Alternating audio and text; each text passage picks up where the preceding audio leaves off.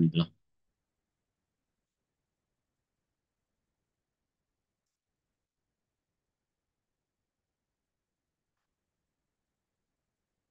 வாழ்க வளமுடன், வாழ்க வளமுடன்.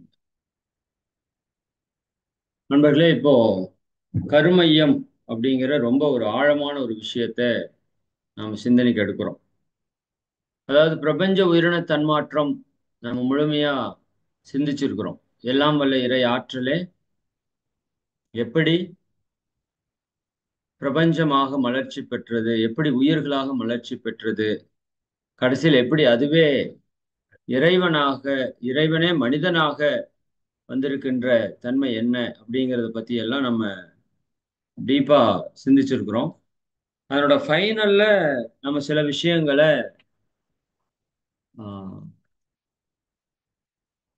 பேசணும் இல்லையா?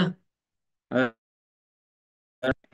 நம்ம பேசின மிக முக்கியமான விஷயம் என்னன்னு பார்த்தீங்கன்னா, கருமையம் அப்படிங்கிற ஒரு விஷயத்த நம்ம பேசணும். ஞாபகம் இருக்கா உங்களுக்கு? இந்த லாஸ்ட் டைம்ல நம்ம பேசணும் இல்லையா? ஓகே.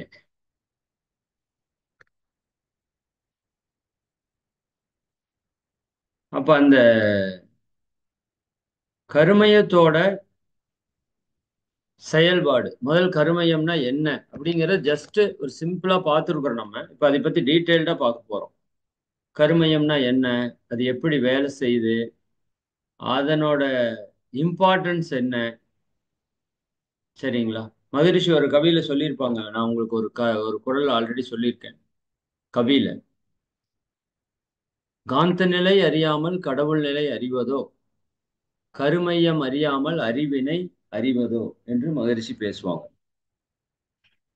அப்ப கருமை எவ்வளவு இம்பார்ட்டன்ஸ் அப்படிங்கிறது இந்த வார்த்தையில இருந்தே நம்ம புரிஞ்சுக்கலாம். நீங்க கடவுள் தன்மை அறியணும்னா கருமையத்தை பத்தி நீங்க நிச்சயமா தெரிஞ்சிருக்கணும் அப்படிங்கிறது முக்கியமான விஷயம். அப்போ காந்த நிலை தெரிஞ்சுக்கிட்டா கடவுள் நிலை தெரிஞ்சுக்கலாம். கருமையத்தை தெரிஞ்சுக்கிட்டா அறிவினுடைய நிலையை நம்ம தெரிஞ்சுக்க முடியும் அப்படின்னு மகிழ்ச்சி சொல்றாங்க. அப்ப அந்த கருமையை எங்க இருக்கு அப்படின்னா நமக்குள்ள இருக்கு, நம்ம கிட்டயே இருக்கு, நமக்குள்ள இருக்கு. பட் அந்த கருமையத்தை பற்றி நமக்கு என்ன தெரியும் அப்படின்னு கேட்டோம்னா பெரித சமுதாயத்தில் இருக்கிற யாருக்கும் தெரியாது. அது தெரியாதனாலதான் இன்னைக்கு இவ்வளவு சிக்கல்கள் பிரச்சனைகள் ஏற்படுது. சரிங்களா? கருமையம் பற்றிய விளக்கம் மட்டும் நம்ம மக்களுக்கு தெரிஞ்சிருச்சு அப்படின்னா நிச்சயமா எப்படி செயலுக்கு விளைவு நிச்சயம் அப்படிங்கிற செயல் விளைவு தத்துவம் தெரிந்தா எந்த அளவிற்கு மனித குலத்துல மாற்றம் வருமோ அதே மாதிரி இந்த கருமையத்துல என்ன நடக்குது அப்படிங்கறத தெரிஞ்சுக்கிட்டா மனித குலம் முற்றிலுமாக மாறிவிடும் அப்படின்னு மகரிஷி சொல்றாங்க. அதை பற்றி தெரியல நிறைய பேருக்கு. இப்ப கருமையம் அப்படிங்கிறது என்ன? கரு என்றால் இறைவன் என்று பொருள் இல்லையா? கருவறை என்று நீங்க சொல்றீங்க இல்லையா? கருவறை, கருக்குழி, சரிங்களா? அப்படியெல்லாம் சொல்றோம் நம்ம. அப்ப இறைவன் இருக்கிற இடம் கரு அறை அப்படின்னா இறைவனுக்கு பேர் கரு என்று பெயர். அந்த இறைவனே தான் நம்ம உடம்புல உயிரா இருக்கிறான் அப்படிங்கிறதுனால உயிருக்கும் கரு என்று பெயர். கரு உருவாகிறதுன்னு சொல்றீங்கல்ல, குழந்தை உருவாகிறப்ப கரு உருவாயிருச்சா அப்படின்னு கேட்கிறோம்.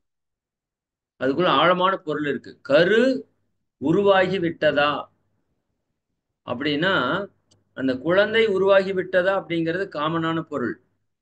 பட் கருவாகிய இறைவன் உருவாகி விட்டானா, கருவாகிய இறைவன் உருவமாக மாறிவிட்டானா, எவ்வளவு ஆழமான விஷயம் பாருங்க. கரு உருவாயிருச்சா அப்படிங்கிறது. ஒரு முருகரோட பாட்டு கூட ஒரு பாட்டு இருக்கும், கருவாகி உருவாகி அப்படின்னு சொல்லி ஒரு பாடல் இருக்கு.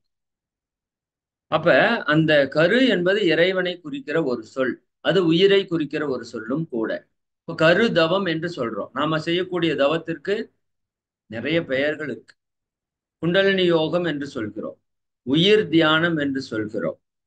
அதுக்கு இன்னொரு பேர் கரு தவம் என்று பேர் இருக்குது, அகத்தவம் என்று பேர் இருக்கு. நாம செய்யக்கூடிய தியானத்துக்கு தான். அப்ப கரு தவம் அப்படிங்கிறத மகரிஷி அடிக்கடி பயன்படுத்துவாங்க. சரிங்களா? அப்ப அந்த கரு தவம்னா உயிரின் மேல் செய்யக்கூடிய தவம். இப்ப கரு மையம் என்றால் இறைவன் மையம் கொண்டிருக்கிற இடம். உயிரினுடைய மையமும் அதுவேதான். சரிங்களா? கருவாகி இறைவன் மையம் கொண்டிருக்கிற இடம் நம்மளுடைய மூலாதாரம். நம்ம பார்த்திருக்கிறோம் இல்லையா? நம்மளோட உடலை குறுக்கால நெடுக்கால கோடு போட்டோம்னா சென்டர் ஆஃப் த பாயிண்ட் தான் கருமையம் இருக்கிற இடம். நம்ம சாந்தி தவம் பண்றோம் இல்லையா? அதுதான் கருமையம் இருக்கிற இடம். அப்ப நம்ம உடலுக்கான மையமும் அதுதான். இந்த டோட்டல் பிசிக்கல் பாடியோட சென்டர் ஆஃப் த பாயிண்ட்டும் அதுதான். நம்ம லைஃப் ஃபோர்ஸ் உயிர் துகள்கள் ஓடிட்டு இருக்கு இல்லையா? உடல் முழுக்க. சரிங்களா? உடல் முழுக்க அந்த உயிரோட்டம் ஓடிட்டு இருக்கு. எப்படி ஹார்ட் வந்து இருதயம் ரத்த ஓட்டத்துக்கு மையம் அதுதான். எல்லா பக்கம் ஓடி இங்க வருது, மறுபடியும் ஓடுது. நுரையீரல் காற்றோட்டத்துக்கு மையம். அப்படி உயிரோட்டத்துக்கு மையம் நம்மளுடைய கருமையம். இந்த கருமையத்தை மையமா வைத்துக்கொண்டு உயிராற்றல் என்ன பண்ணுது? உடல் முழுவதும் சுழன்று ஓடிக்கொண்டிருக்கிறது. சரியா? அப்ப உயிர் திணிவு பெற்ற உயிர் துகள்கள் எங்க இருக்கும்னா கருமையத்தில் இருக்கு.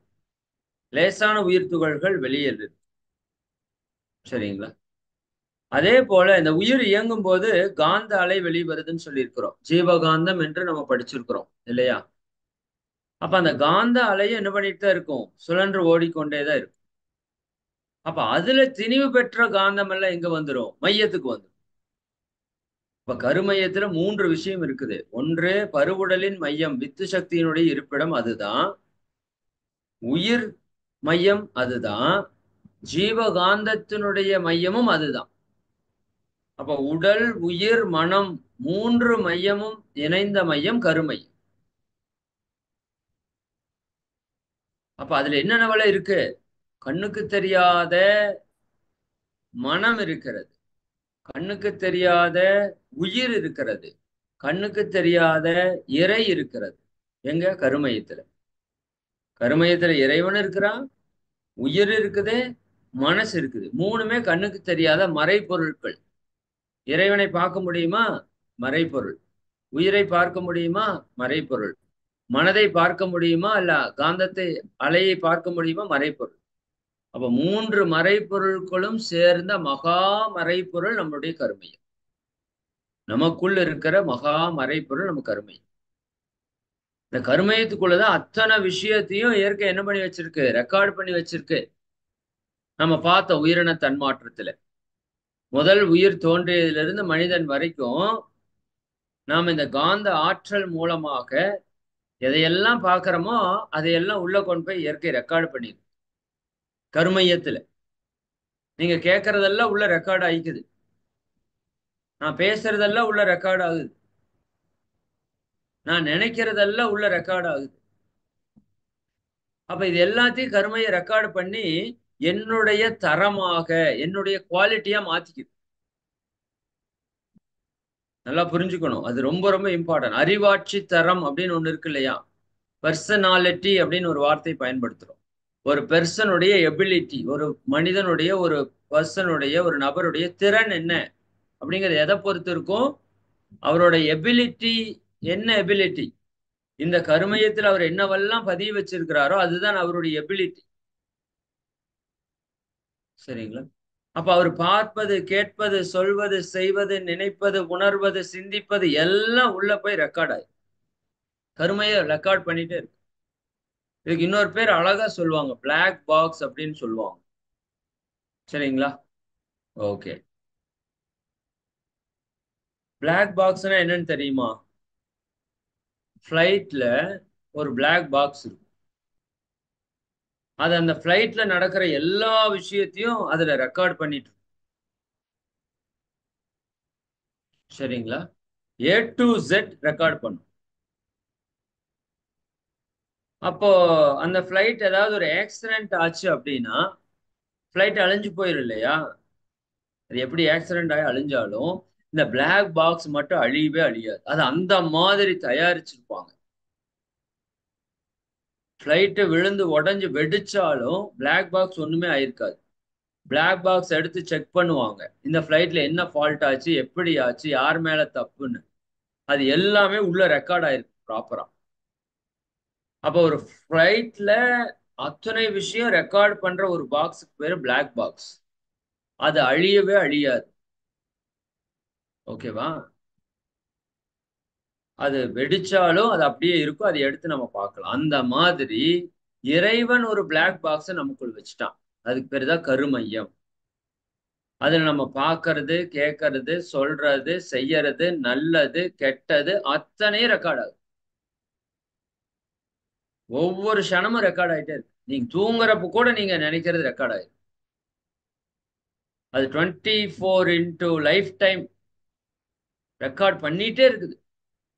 ஒரு வீடியோ கேமரா ஆன் பண்ணி வச்சு ரெக்கார்ட் பண்ண மாதிரி நமக்குள்ள அது ரெக்கார்டா நடந்துட்டே இருக்கு. அத்தனை ரெக்கார்டு நம்ம கருமையத்துல போய் ரெக்கார்ட் ஆயிட்டே இருக்கு. நம்ம பிளாக் பாக்ஸ்ல. இந்த பிளாக் பாக்ஸும் அழியாது. சரிங்களா? அதை பத்தி பின்னாடி நான் பேசுறேன். சரியா?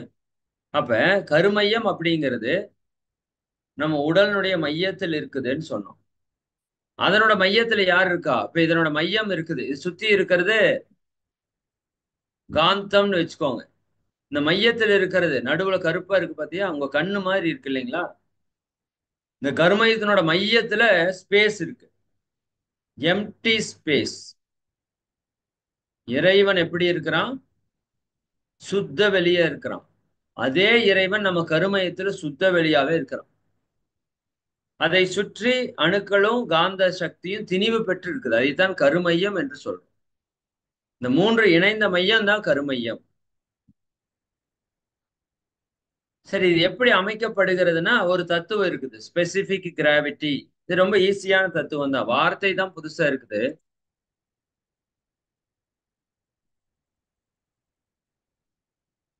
ரொம்ப எளிமையான தத்துவம் தான். ஒரே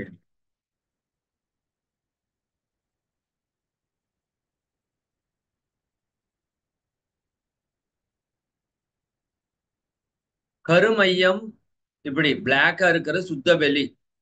அதை சுற்றி இருக்கிறது வெண் துகள்கள். அதை சுற்றி இருக்கிறது காந்த அலை. இதெல்லாம் திணிவு பெற்று இருக்கிற இடத்துக்கு பேர் கருமையம் பேர். இது எப்படி அமையுதுன்னா துல்லிய சமதள சீர்மை அப்படின்னு ஒரு தத்துவம். கொஞ்சம் பேர் கேள்விப்பட்டிருக்கலாம். அதாவது ஒண்ணு இல்லை, ரொம்ப சிம்பிள். எந்த ஒன்று சுழன்றாலும் கெட்டியான பொருள் மையத்தை நோக்கி இழுக்கப்படும், லேசானது வெளியே நோக்கி தள்ளப்படும். இது இயற்கையுடைய நியதி. இப்போ பூமி சுத்துது, கல்லை தூக்கி போட்டீங்கன்னா அதனோட மையத்துக்கு போகும், கீழே வந்து விழுந்து வாய்ப்பு இருந்து மையத்துக்கு போக முடிஞ்சா போயிடும். இதே தண்ணி எடுத்து ஊத்துனீங்கன்னா கீழே தான் போகும். நெருப்பு பத்த வச்சீங்கன்னா மேல் நோக்கி எரியும். தலைகீழா நெருப்பை பிடிச்சாலும் அது மேல் நோக்கி தான் எரியும். ஏன்னா அது லேசானது, மேல் நோக்கி தான் போகும். காற்று பலூன் பத்த விட்டீங்கன்னா மேல் நோக்கி போகும். ஊதுபத்தி பத்த வைக்கிறீங்கல்ல, புகை எப்படி போகுது? கீழே போகுதா? மேல போகும், லேசானது. அப்ப அதை விட லேசானது விண், அது ரொம்ப மேல போகும். அப்ப எந்த ஒரு பொருள் சுழன்றாலும் அதில் இருக்கிற கெட்டியான அணுக்கள் மையத்தை நோக்கி போகும், லேசான அணுக்கள் வெளியே நோக்கி போகும். இந்த தத்துவத்துக்கு பேர் துல்லிய சமதள சீர்மை தத்துவம், ஸ்பெசிபிக் கிராவிட்டி தியரி. ஓகே. அப்ப அதனுடைய அடிப்படையில இப்ப நம்ம உடல் இருக்குது. இப்ப இதுதான் உடல்னு வச்சுக்கோங்களேன் டோட்டலா. சரியா? அப்ப இதுல உயிர் துகள்கள் சுழன்று ஓடிக்கொண்டிருக்கு. அப்ப இதுக்கு ஒரு மையம், கெட்டியான உயிர் துகள் எல்லாம் எங்க வரணும்? மையத்துக்கு வரணும். அதே போல காந்தம் சுழலும் போது இந்த துல்லிய சமதள சீர்மையில கெட்டியானது மையத்துக்கு வரும், லேசானது வெளியே. சரியா? அந்த விதத்துல நம்ம உடம்புல மிக கெட்டியாக இருக்கிற உயிர் துகள்கள், ஜீவகாந்தம், வித்து, இதெல்லாமே மையத்துல வந்திருக்கு. சரிங்களா? அதுதான் கருமையம் என்று நம்ம சொல்லுகிறோம். புரிஞ்சுச்சா?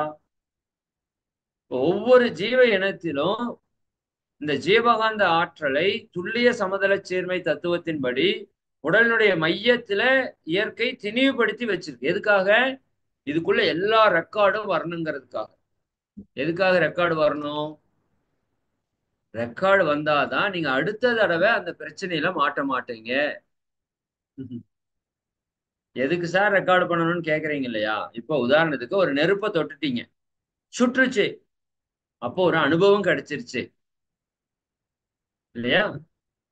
அப்ப இனிமேல் நெருப்ப தொட்டீங்கன்னா சுடாம இருக்கணும்ல. அப்ப அந்த அனுபவம் இருந்தாதான் நீங்க அதுல இருந்து உங்களை பாதுகாத்து. அதே சமயம் ஒரு மாம்பழத்தை சாப்பிடுறீங்க, டேஸ்டா இருக்குது, நல்லா இருக்குது. அப்ப அந்த அனுபவம் இருந்தாதான் மறுபடியும் அதை எடுத்துக்குவீங்க. இந்த உயிரினங்கள் தன்னை காப்பாத்திக்கிறதுக்காக அனுபவப்பட்டுச்சுன்னு சொன்னோம்ல. இப்ப எதிரி ஒரு உயிரினம் இருக்குது, அது தன்னை சாப்பிடக்கூடாதுன்னா இதுக்கு பல அனுபவங்கள் உள்ள இருக்கணும்.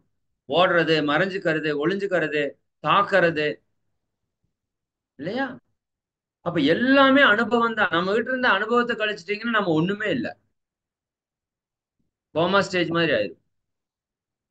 அப்ப இறைவன் என்ன பண்ணியிருக்கிறான்? தன்னை பாதுகாத்துக் கொள்வதற்காக, தன்னை பராமரித்துக் கொள்வதற்காக, சரியா, இன்னும் நம்ம செயல் சரியா நடப்பதற்காக இறைவனே கருமையமா வந்திருக்கிறான். அதுல எல்லாத்தையும் ரெக்கார்ட் பண்ணிட்டு இருக்கான்னு புரிஞ்சுக்கணும் நீங்க. சரிங்களா? அப்ப அந்த ஜீவன்களுடைய மையத்துல ஒரு நிமிஷம். அந்த ஜீவன்களுடைய கருமையத்துல மையமாக இருக்கிறது எது? ஜீவனுக்கு கருமையம் இருக்குது. அந்த கருமையத்திற்கு மையமாக இருப்பது எதுனா பேரறிவாக இருக்கிற இறைவழியே தான். பேரறிவாக இருக்கிற இறைவழியே தான். அந்த இறைநிலையே தான். அந்த தெய்வமே தான் நம்ம அகத்துல கருமையத்தினோட மையத்தில் இருக்கு. அதைத்தான் அகம் என்று சொல்கிறோம். புறம் என்றால் வெளியே, அகம் என்றால் உள்ளே. சரிங்களா? ஐயப்படாது அது அகத்தது உணர்வானை தெய்வத்தோடு ஒப்பக்கொள்ளல். உள்ளே இருக்கிற அகமாக இருக்கிற இறைவனை ஐயமின்றி ஒருவன் உணர்ந்தானால் அவன் இறைவனோடு ஒப்பாக வைக்கப்படுவான் அப்படின்னு வள்ளுவர் சொல்றார். சரி, அகம் என்றால் உள்ளிருக்கிற மையம். சரிங்களா? அப்ப அங்க உள்ள மையத்துல யார் இருக்கான்னா இறைவனே இருக்கிறான். ஜீவனோட கர்மயத்தில், நம்மளோட கர்மயத்துல மட்டுமில்ல, எல்லா உயிர்களுடைய கர்மயத்திலையும் மையமாக இருக்கிறது இறைநிலையே தான். அதைத்தான் அகம் என்று சொல்கிறோம். சரி, இந்த கருமையத்தோட வேலை என்ன சார் அப்படின்னு நீங்க கேட்டீங்கன்னா, ரெண்டு வேலை அதுக்கு. முதல் வேலை, இருக்க ஆற்றலை கொண்டு நம்ம பார்க்கிற, கேட்கிற, சொல்ற, செயல் எல்லாத்தையும் இறுக்கி சுருக்கி பதிவா வச்சு. இன்னொரு வேலை, இருக்கிறத காந்த ஆற்றலுக்கு என்ன? ஈர்க்கிற விசை, தள்ளும் விசை. ஈர்ப்பு விசை, விலக்கு விசை. அட்ராக்டிவ் ஃபோர்ஸ் தென் ரிப்பல்சிவ் ஃபோர்ஸ்ன்னு சொல்றோம்ல, அந்த மாதிரி. இப்ப காந்த ஒன்னை ஒண்ணு ஈர்க்கும். அப்ப இங்க இருக்கிற கருமையும் அந்த காந்த அலை மூலமா நம்ம பார்க்கறது கேட்கறதெல்லாம் உள்ள ஈர்த்து கொண்டாந்து ரெக்கார்ட் பண்ணி வச்சுக்குது. விளக்கு மாற்றல் மூலமாக அது அந்த தேவை, சூழல், அந்த ஃப்ரீக்குவன்சிக்கு தகுந்த மாதிரி எண்ணங்களாக மலர்ச்சி பண்ணி காமிக்குது. சரிங்களா? அப்ப கருமயத்துல இருந்துதான் நமக்கு எல்லா எண்ணங்களும் வருது. சரிங்களா?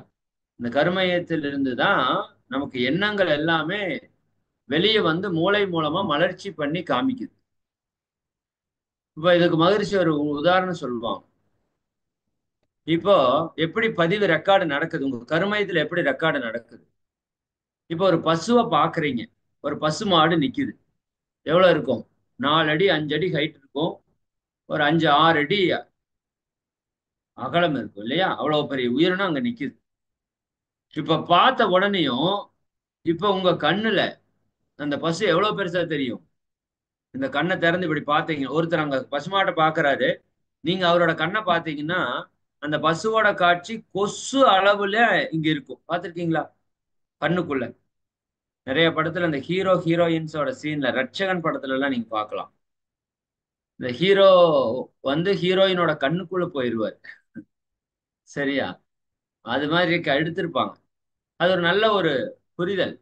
அப்ப நான் அங்க பாக்குற மாடு 6 அடிக்கு 4 அடி, 24 அடி சுற்றளவுல இருக்கிற ஒரு மாடு என் கண்ணுல கொசு அளவுல தெரியுது. ஒரு கொசு மாதிரி தான் தெரியும். கவனிச்சு பாரு. இன்னும் 100 பேர் நிக்கிறத நீங்க பாத்தீங்கன்னாலும் 100 பேர் அப்படித்தான் தெரிவாங்க. சரிங்களா? அப்ப அது எப்படி சிறுசாச்சு? கொசு அளவில் இருக்கிறத நம்ம பாக்குறோம். அப்ப அங்க பெருசா இருந்தது அப்படியே காந்த அலை சுத்தவெளியோட சூழ்ந்த அழுத்தத்தால அழுத்தி அழுத்தி அழுத்தி அழுத்தி கண்ணுக்கு வரப்ப சின்னதாயிடுச்சு. இதே தூரம் அதிகரிக்க அதிகரிக்க இன்னும் சின்னதாயிட்டே இருக்கு. இப்போ ஃபிளைட் பாக்குறீங்கல்ல, ஃபிளைட் ஆக்சுவலா சின்னதா இல்ல, பெருசு. பட் ஏன் சிறுசா தெரியுது நமக்கு? அவ்வளவு தூரத்துல அது இருக்குது. சூரியன் பாக்குறோம், இத்திலிருந்து தான் இருக்கா சூரியன்? 9 கோடி மைல் தூரத்துல இருக்கு. அவ்வளவு தூரத்துல இருந்து பாக்குறங்காட்டி சின்னதா தெரியுது. பக்கத்தால போக போக சைஸ் பெருசாயிட்டே இருக்கு. அப்ப அந்த டிஸ்டன்ஸ் தான் சுத்தவெளி சூழ்ந்து அழுத்தி நமக்கு சைஸ் சிறுசா காமிக்குது. அப்போ பார்க்கிற பசு அந்த காந்த வெளியால அழுத்தப்பட்டு கண்ணுல கொசு அளவு தெரியுது. இது அப்படியே உள்ள மூளை செல்கள்ல போய் ரெக்கார்ட் ஆகுது. புள்ளி வடிவத்துல ரெக்கார்ட் ஆகுது. மூளை செல்கள்ல ரெக்கார்ட் ஆகுது. இப்ப மூளையில பதிஞ்சது அப்படியே அலை வடிவுல நிழல் வடிவுல போய் கருமையத்துல ரெக்கார்ட் ஆகி இது ஒரு ப்ராசஸ் நடக்குது உடம்புக்குள்ள. நீங்க எதை பார்த்தாலும் பார்க்கறது முதல்ல உங்க கண்ணுல ரெக்கார்ட் ஆகும், அப்புறம் மூளையில ரெக்கார்ட் ஆகும், அப்புறம் உயிர்ல ரெக்கார்ட் ஆகும், அப்புறம் கருமையத்துல ரெக்கார்ட் ஆகும், அதுல இருந்து வித்து சக்தியில ரெக்கார்ட் ஆகும், ஜீவ காந்தத்துல ரெக்கார்ட் ஆகும். இதெல்லாம் பத்தாதுன்னு வெளியில வான்காந்தத்திலயும் ரெக்கார்ட் ஆகி நம்ம என்ன பண்ணாலும் ரெக்கார்ட் ஆயிருங்க. புரியுதா இல்லைங்களா? ரெக்கார்டு மிஸ்ஸே ஆகாது. அதுதான் ரொம்ப முக்கியம். அப்ப நீங்க என்னை பாக்குறீங்க அல்லது இந்த போட்டோவை பாக்குறீங்க, பதிவு எண்ணம் பசுமாடு ஒரு குழந்தை அப்படின்னு பாக்குறீங்க. இப்ப இந்த குழந்தை பசுமாடு நீங்க செல்லுல பார்த்த உடனே அது உள்ள உங்க மூளையில போய் சின்னதா கண்ணுல ரெக்கார்ட் ஆகி மூளையில புள்ளி அளவு ரெக்கார்ட் ஆகி உள்ள போய் கருமை இது ரெக்கார்ட் ஆயிருச்சு. இப்ப வித்தின் செகண்ட்ல நடந்துடும் இதெல்லாம். இப்ப கண்ணை மூடி அந்த போட்டோவை நினைங்களேன்.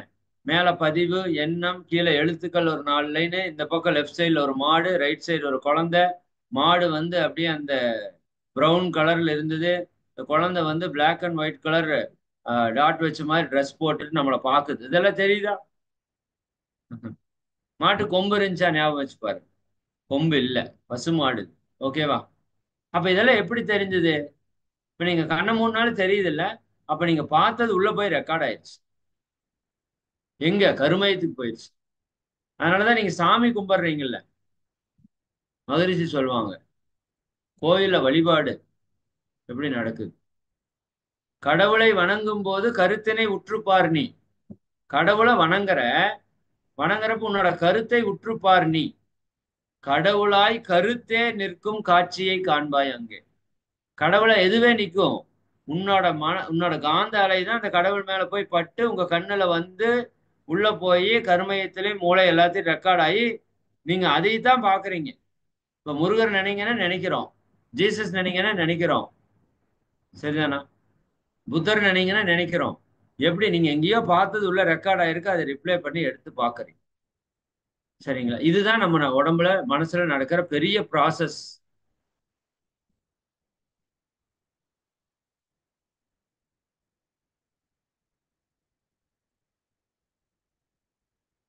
அப்ப அந்த பதிவு எண்ணம், ஒரு பசுவனுடைய உருவம் அந்த ஜீவகாந்த பரநிலையில ஆழ்ந்து பரவி இருப்பாகி விடுகிறது. அப்ப அந்த ஜீவகாந்த களத்துல பசு மற்ற பதிவு எல்லாம் உள்ள இருக்குது. அந்த மனதினுடைய வேகத்திற்கு ஏற்ப, ஃப்ரீக்வன்சிக்கு ஏற்ப அது மூளை செல்கள் வழியாக விரிச்சு காட்டு. இப்ப இதை பத்தி நான் கொஞ்சம் ஆல்ரெடி பேசி இருக்கிறேன் உங்களுக்கு. ஒரே நிமிஷம்.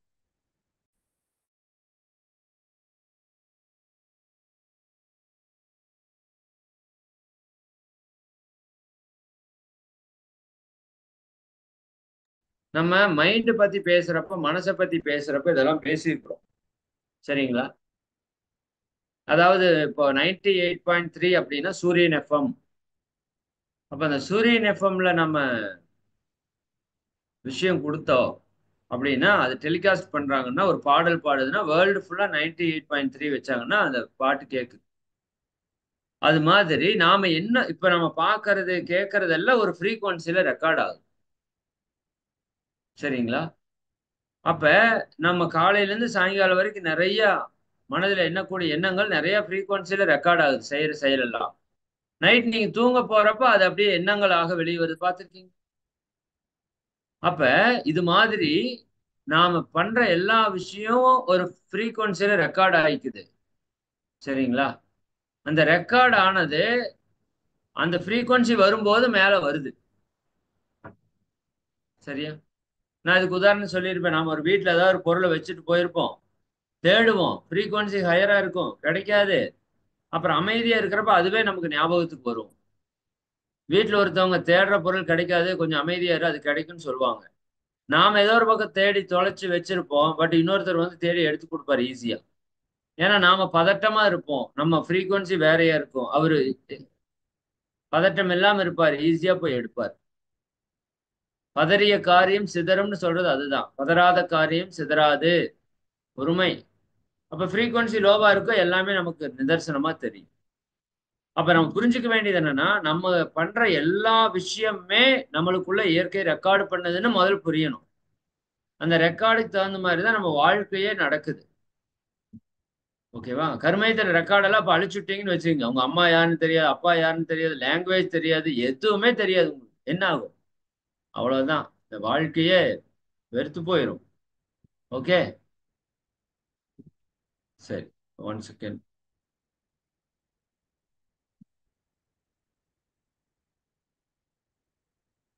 என்னாச்சு? ஸ்க்ரீன் என்னாச்சு? Okay, good. அப்போ நம்ம மைண்டினோட ஃப்ரீக்வன்சிக்கு தகுந்த மாதிரி அது எண்ணங்களாக வருகிறது அப்படின்னு நீங்க புரிஞ்சுக்கிட்டா சரி. அப்போ இந்த வினைப்பதிவு அப்படின்னு நம்ம ஒண்ணு பேசிட்டு இருக்கோம் இல்லையா? அப்படின்னா என்ன அப்படின்னா, வினைனா செயல். நல்லா புரிஞ்சுக்கோங்க. வினைப்பதிவுனாலே நிறைய பேர் கெட்டதுன்னு நினைச்சுக்கிறாங்க. கர்மானாலே கெட்டதுன்னு நினைச்சுக்கிறாங்க. அப்படி இல்ல. வினை நாம செய்யக்கூடிய ஒவ்வொரு வினையும் வினைனா செயல். வினை விதைத்தவன் வினை அறுப்பான். ஒரு செயலை செஞ்சவன் கண்டிப்பா அதுக்கு பதில அனுபவிச்சுதான் ஆகணும். வினைனா செயல். வினை பதிவு. நம்ம செய்யற செயல் எல்லாமே பதிவாகி கொண்டிருக்கிறது. இப்ப நீங்க போன்ல பேசிட்டு இருக்கீங்க அப்படின்னா, நீங்க பேசுறது எல்லாமே ரெக்கார்ட் ஆயிட்டு இருக்குது கிளவுடுல. நீங்க வாட்ஸ்அப்ல அனுப்புற மெசேஜ் எல்லாம் ரெக்கார்ட் ஆயிட்டு இருக்குது. நீங்க வீடியோ கால்ல பேசுறது, ஆடியோ கால்ல பேசுறது, வாட்ஸ்அப்ல பேசுறது, மெசேஜ்ல பேசுறது, அல்லது நீங்க ஆடியோல பேசுறது, நீங்க ரெக்கார்டு போட வேண்டிய அவசியம் இல்ல. நீங்க பேசுறது அங்க அவன் ஒருத்தர் ரெக்கார்ட் பண்ணிட்டு இருக்கான் கிளவுடுல. இப்ப உங்களோட போன் நம்பர் எடுத்து நீங்க வாங்கின ஃபர்ஸ்ட் நாள் சிம் கார்டுல இருந்து எப்ப நீங்க என்னென்னவெல்லாம் பண்ணிருக்கீங்க அத்தனை ஹிஸ்டரி எடுக்க முடியும். கவர்மெண்ட் நினைச்சா எடுக்க முடியும். அதை வச்சுதான் அந்த குற்றவாளிகள் எல்லாம் கண்டுபிடிக்கிறாங்க. சில படங்கள்ல கூட காமிச்சிருப்பாங்க. என்னோட போனை ட்ராக் பண்ணா எல்லா ரெக்கார்டையும் எடுத்துடலாம். நான் பண்ண நல்லது கெட்டது அத்தனை விஷயம் வழி வந்துடும். நான் பார்த்தது இன்டர்நெட்ல நம்ம சர்ச் பண்ணோம்னா அதை கூட எடுத்துருவாங்க. நீ என்னென்ன சர்ச் பண்ணிருக்கிற, எப்பப்ப எந்தெந்த ரேட்ல எந்தெந்த நொடியில என்னென்ன சர்ச் பண்ணிருக்கேன்னு தெரியும். என்னென்ன நம்ம பார்த்திருக்கோம்னு தெரியும். எல்லாம் ரெக்கார்டு. சும்மா கிடையாது. இப்ப மனுஷ அறிவுக்கே இவ்வளவு வச்சிருக்கான்னா இறைவன் எவ்வளவு வச்சிருப்பான். இதுக்காவது நீங்க data, GB, hard disk, cloud, ஸ்டோரேஜ்னு ஏதாவது பண்ணணும். அவன் இறைவன் எல்லாத்துக்கும் மேல. அவன் ஆட்டோமேட்டிக்கா எல்லாத்தையும் ரெக்கார்ட் பண்ற மாதிரி சிஸ்டம் கிரியேட் பண்ணிட்டான். அப்ப அதுல எல்லா ரெக்கார்டும் இருக்கு. அப்ப மனிதன் எந்த செயல் செய்தாலும் உடல்ல ஓடிக்கொண்டிருக்கிற ஜீவகாந்தத்தில் ஒரு தாக்கம் ஏற்படும். அது எல்லாமே கருமையத்துல போய் சேர்ந்துடும். சரிங்களா? ஜீவகாந்த ஓட்டம் ப்ராப்பரா ஓடிட்டு இருக்கு. நீங்க இப்ப கண்ணுல பாக்குறீங்க. பாக்குறப்ப கண்ணு வழியா காந்தம் போய் காந்தத்துல ஒரு டிஸ்டர்ப் நடக்குது. காதுல கேட்கறீங்கன்னா கேட்கறது மூலமா காந்தம் போய் அதுல ஒரு ஒரு தாக்கம் நடக்குது. அப்ப அந்த தாக்கத்தை உள்ள கொண்டு போய் அது ரெக்கார்ட் பண்ணிக்குது. இதெல்லாம் கோட் வேர்டு மாதிரி தான் ரெக்கார்ட் ஆகுது. கம்ப்யூட்டர்ல போட்டீங்கன்னா 0, 1 அதுதான் உள்ள மாத்தி மாத்தி ரெக்கார்ட் ஆகும். அதுதான் நமக்கு கோடு இது கிரியேட் பண்றது அவங்க ஃபார்முலாஸ் எல்லாம். அப்ப அது மாதிரி நம்ம ஜீவகாந்தத்துல இப்ப நான் பேசுறேன்னா என்னோட ஜீவகாந்தம் செலவாகுது. அப்ப இந்த செலவு எந்த மாதிரி ஆகுது, எந்த மாதிரி நான் வார்த்தை ஒளி யூஸ் பண்றேனோ அதெல்லாம் உள்ள போய் ரெக்கார்ட் ஆகி இதைத்தான் வினைப்பதிவு என்று சொல்கிறோம். ஓகே, காலம் கருதி நாம நிறைவு செய்வோம். இந்த சப்ஜெக்ட் ரொம்ப இன்ட்ரெஸ்டட் சப்ஜெக்ட். இதுல ரொம்ப முக்கியம் என்னன்னா நம்ம கருமையத்தை சுத்தம் பண்றது எப்படின்னு உங்களுக்கு கடைசியை சொல்லுவோம். இந்த கருமையத்துல இருந்ததுதான் பாவம் புண்ணியம் எல்லாம் ரெக்கார்ட் ஆயிருக்கு. நாம பண்ண இத்தனை பிறவியா, இத்தனை பிறவியா பெற்றேன் பல்பிறவின்னு சொல்றாங்கல்ல, பல ஆயிரம் லட்சம் ஏன் கோடிக்கணக்கான பிறவி எடுத்துட்டு வந்திருக்கிறோம். அத்தனை பிறவியிலையும் நீங்க செய்த அத்தனையும் உங்க கருமையத்துல ரெக்கார்டா இருக்கு. ஏன் இறைவன்ல இருந்து உயிர் வரைக்கும் அத்தனையும் நம்ம கருமையத்துல ரெக்கார்டு. இறைவன் தொடங்கி அது இறைத்துகள் பஞ்சபூதம் ஓரறிவுல இருந்து ஆறறிவனுக்கு அத்தனை ரெக்கார்டு இன்னைக்கு நான் பேசுறது வரைக்கும் உங்க கருமையத்துல ரெக்கார்டா இருக்கு, என் கருமையத்துல ரெக்கார்டா இருக்கு. எங்கிறது இறைவன் தொடங்கி கருமையம் அப்படிங்கிறது ஒரு மிகப்பெரிய பொக்கிஷம். அதை பத்தி நம்ம அப்படியே கண்டினியூ பண்ணுவோம். மகரிஷி சொல்லுவாங்க, அது பிரபஞ்ச சரித்திர குறிப்பு பெட்டகம். பிரபஞ்ச சரித்திர குறிப்பு பெட்டகம் எதுங்க? கருமையம். அது நிறைய பேருக்கு தெரியாது. கருமையம் தெரிஞ்சிருச்சுனாவே எல்லா ப்ராப்ளம் சால்வ் ஆயிடும். ஏன்னா அதுலதான் எல்லாமே இருக்குது. நம்ம இன்பம் துன்பம் நல்லது கெட்டது எல்லாத்துக்கும் காரணம் கருமையம் தான். அதை சுத்தம் பண்ணிட்டா நம்ம லைஃப் கிளியர். ஓகேங்களா? சரி, அதை பத்தி அடுத்த வகுப்புல கண்டினியூ பண்ணுவோம். மிக்க மகிழ்ச்சி. உங்க எல்லாருக்கும் நன்றி. உங்களை வாழ்த்து நிறைவு செய்வோம். தியான நிலைக்கு வந்துடும். வாழ்க வளமுடன். வாழ்க வளம். அருட்பேராற்றல் கருணையினால் நீங்களும் உங்கள் அன்பு குடும்ப உறுப்பினர்கள் அனைவரும், பிரபஞ்ச உயிர்கள் அனைத்தும் உடல் நலம், நீலாயுள், நிறை செல்வம், உயர்ப்புகள், மெஞ்ஞானம் ஓங்கி இறை உணர்வு, அறநெறி, கல்வி, தனம், தானியம், இளமை, வலிவு, துணிவு, நன்மக்கட்பேறு, அறிவிலுயர்ந்தோர் நட்பு, அன்புடைமை, அகத்தவம், அழகு, புகழ், மனித மதிப்புணர்ந்து ஒழுகும் பண்பு, பொறையுடைமை எனும் பேர் 16 பெற்று பெருவாழ்வு வாழ்க. வாழ்க வளமுடன். வாழ்க வளமுடன். வாழ்க வாழ்க வளமுடன். நண்பர்களே, மிக்க மகிழ்ச்சி. நண்பர்களே, இப்போ ஒரு முக்கியமான அறிவிப்பு மட்டும் உங்களுக்கு சொல்லணும். நான் ஆல்ரெடி சொல்லிட்டு இருக்கிறது தான்.